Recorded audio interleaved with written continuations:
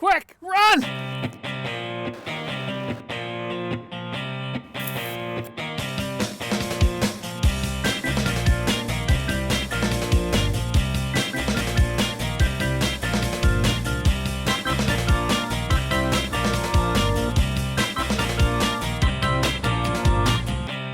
If you're thinking about going out and buying an older Mercedes-Benz, this is a video alert. You may have heard me harp about rust problems in the past, and after seeing this video, my harping is going to be well-founded. You know, there's not an old Mercedes-Benz out there that's worth fixing if it's all rusty. I mean, I've had customers write and say, can you get me brand new quarter panels for my 123, or can you get me new floors for my 116? I'm sorry, but there's enough good cars still out there that you don't need to go out and buy an old rusty one and then expect to start cutting and welding in sheet metal. These cars are just not worth that much effort. So when you go looking at an old Benz, one of the first things you want to do is look very closely, and I'm going to emphasize the word very closely, for any signs of rust. Now, this friend of mine recently purchased this 240D here, and take a look at it. It doesn't look too bad. You don't see any rust on the car. There's a little bit of rust back here in this wheel well, but there's no rust holes in the body. You look underneath the rocker panels and the jack points, that's a real common problem with rust. There's no evidence of rust here. And when he was talking to the owner, and by the way, the owner was a lady, she told him that the car had been garaged most of his life. He drove the car and thought, man, this is a nice 240D. So he bought it and drove it home, and it wasn't until a couple days later when he was cruising down the road with his family, his daughter says, hey Dad, I can see light here in the rear floorboards. And then he started looking more closely, and then he was literally horrified at what he found. Let's take a look, and I'll show you just exactly the problems he found with this car after he looked at it very closely. If a car's been subject to road salt, you'll usually see outward visual signs of it. Like this 300 SEL here that came out of Canada. This is obviously a road salt problem here. A lot of times those problems will show up underneath the fender wells, on the outside of the lower parts of the fenders. So it doesn't take a lot of detective work if you're looking for road salt damage. But what about rainwater damage? This is a little more subtle, a little more hidden. These are from cars that haven't been subject to road salt, but they've been in environments where there's a lot of rain, like the Pacific Northwest. And maybe they haven't been garaged as much as they should have. So what my friend found was that the rear sections of both rear floorboards were rusted through. We're talking holes in them that you could see the road. Upon a closer inspection underneath the doors, the bottoms of the doors are rusted through. And then, of course, he went into the trunk and started poking around and lifted out the spare tire, and he's got rust holes in the spare tire well. And you're probably saying, well, Kent, how did those get there? Well, let me explain. On these old Mercedes, particularly the old 114, 115, 116, and 123s that used rubber windshield and rear window seals, once they dry out and lose their seal, this is a very common source of water leaks here. And so the water can leak through the front windshield and roll down to the back of the floorboards and settle there and rust through over time. Water can leak into the trunk and rust through the trunk. And of course, rainwater going down the windows through those wiper seals can eventually rust out the bottoms of the doors. So this is typical of a car that has been in a high rain environment. So anytime, and I mean anytime, you're going out to look for an older Mercedes-Benz, open the trunk, lift out the spare tire, look in those sidewells, even if you have to remove the plastic or carpet sidewall covers right here, get in there and take a close. Remove the carpets and look underneath, and always get down on your knees if you have to and look along the bottom edges of all four doors. This will give you a clue as to whether this car has been subject to that kind of a problem. Now, okay, what if you end up buying a car like my friend did and needs to repair some of these? If they're non-structural, you don't need to weld in new metal. There's another way that I found is a very effective way to repair this type of non-structural, and I'm going to emphasize non-structural rust out. Let's take a look at that in detail.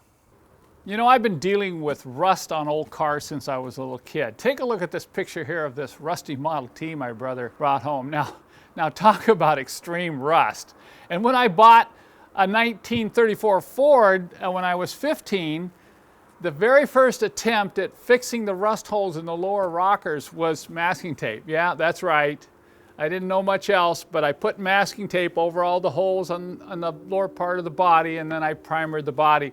It didn't look too bad from about 30 feet away. But since then, I've always been on the quest to find a really good way to deal with what I call non-structural rust, where you don't have to come in and do a lot of welding and patching. And remember, welding is not always the answer like some people think. I had a fellow bring down a 4.5 out of Canada. He spent $5,000 having new rockers welded into the car. And I put the car up on the lift and I said, look at this. He was just shocked. The rust had all started again where the wells were made, and those wells weren't treated. And if they can't be treated, you're actually going to have accelerated rust. So none of that $5,000 worth of work did anything. It actually created a bigger problem. So welding is not always the answer, especially if both sides of the weld are not treated. I feel now, after using a lot of different products, that Miracle Paint is the #1 product to use for these type of rust problems. It literally goes in and it likes bonding to rust. You don't need to sand all the rust off. It's not a rust converter, so it won't come back. It's literally a bonding agent that seals rock hard. It's almost like porcelain when it dries. And it will prevent any moisture from coming back into the rust to keep it growing. That's what causes rust to continue to grow. And as I used this product, I began to realize this stuff is so strong. What would happen if I combined it with fiberglass cloth, you know, like building a boat?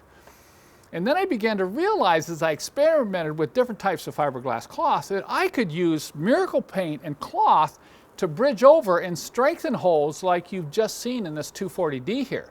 The trick is in the type of fiberglass you use. For instance, you can use a very thin, tightly woven fiberglass cloth where you only have a minor surfaced or heavy pitting and you just want to strengthen the metal up a little bit. Then you use this flexible cloth where you're working around a curved surface, like under the 123 battery box, which is a very common problem for rust out. And when those holes rust out under the battery, water will be going back to those back floors and rusting through your floors as well.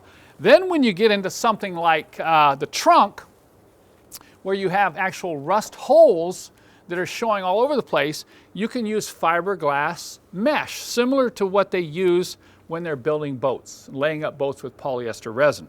And you can add 1, 2, and even up to 3 layers, make the sizing progressively get larger so it's kind of tapered. And you bond this with the Miracle Paint to the rusty metal, and you would be amazed. I have made repairs on rusty Mercedes that I've seen 10 years later, and it is still intact. And then for real problems, where you're almost getting into structural issues like those rear floorboards, you want the really heavy. This is a very heavy cloth, custom made, that we sell on our website. It has a very thick weave on one side and a mesh on the other side, and you can see how stiff this is. So if you use this type of cloth when you're trying to build up strength in floorboards, this is the product to use. So I'm very pleased about Miracle Paint. And we sell it all over the place, and people love it. And people who've used it have written back and said, man, you just saved me thousands of dollars because I didn't have to take the car into a body shop and have all this new metal welded in. Now, when it comes to structural areas like suspension points or key body locations, this isn't going to work. And that's when you're getting into issues where I would say, do you really want to even keep the car? Earlier in the video, I said there's no old Mercedes worth fixing up that's rusty. I should have qualified that by saying no common older Mercedes. Obviously, if you had an old 190 SL, 300 SL, or some rare convertible, yes, it might be worth fixing if it is rusty. But for these old daily drivers that you and I drive every day, I would recommend, if you see a car with rust, that you run the other way. If you accidentally buy a car that has too much rust on it, get rid of it and go find another one. And oh, by the way, the owner has decided he's not going to fix this car up. It's just too much work. So buyer beware, you might see this on eBay someday. Miracle Paint is not an inexpensive product, but I can guarantee you it is well worth it. In many cases, you do not need a large amount of it to fix some of these small rust holes or rusty areas in the car. So on our website, we sell Miracle Paint. We do package it in the pint cans as well as the quart cans to make it more affordable. And in our kits, I include instructions. I've written a complete manual on how to use Miracle Paint for all types of repairs on rusty cars, and it works on other types of rust too, as well as equipment and even things around salt water.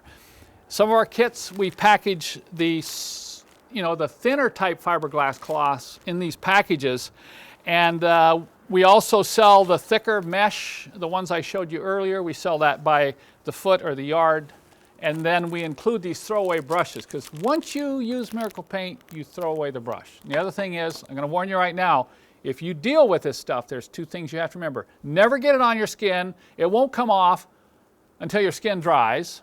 And number two, if you seal the lid without cleaning it thoroughly or protecting it with something like saran wrap after you've used it, you will not be able to get the lid off. So that gives you a little idea on just how strong this product is. So if you're interested in Miracle Paint, go to my website and just type Miracle Paint in the search box or rust repair, and that will take you to the full product line of rust repair products that we carry.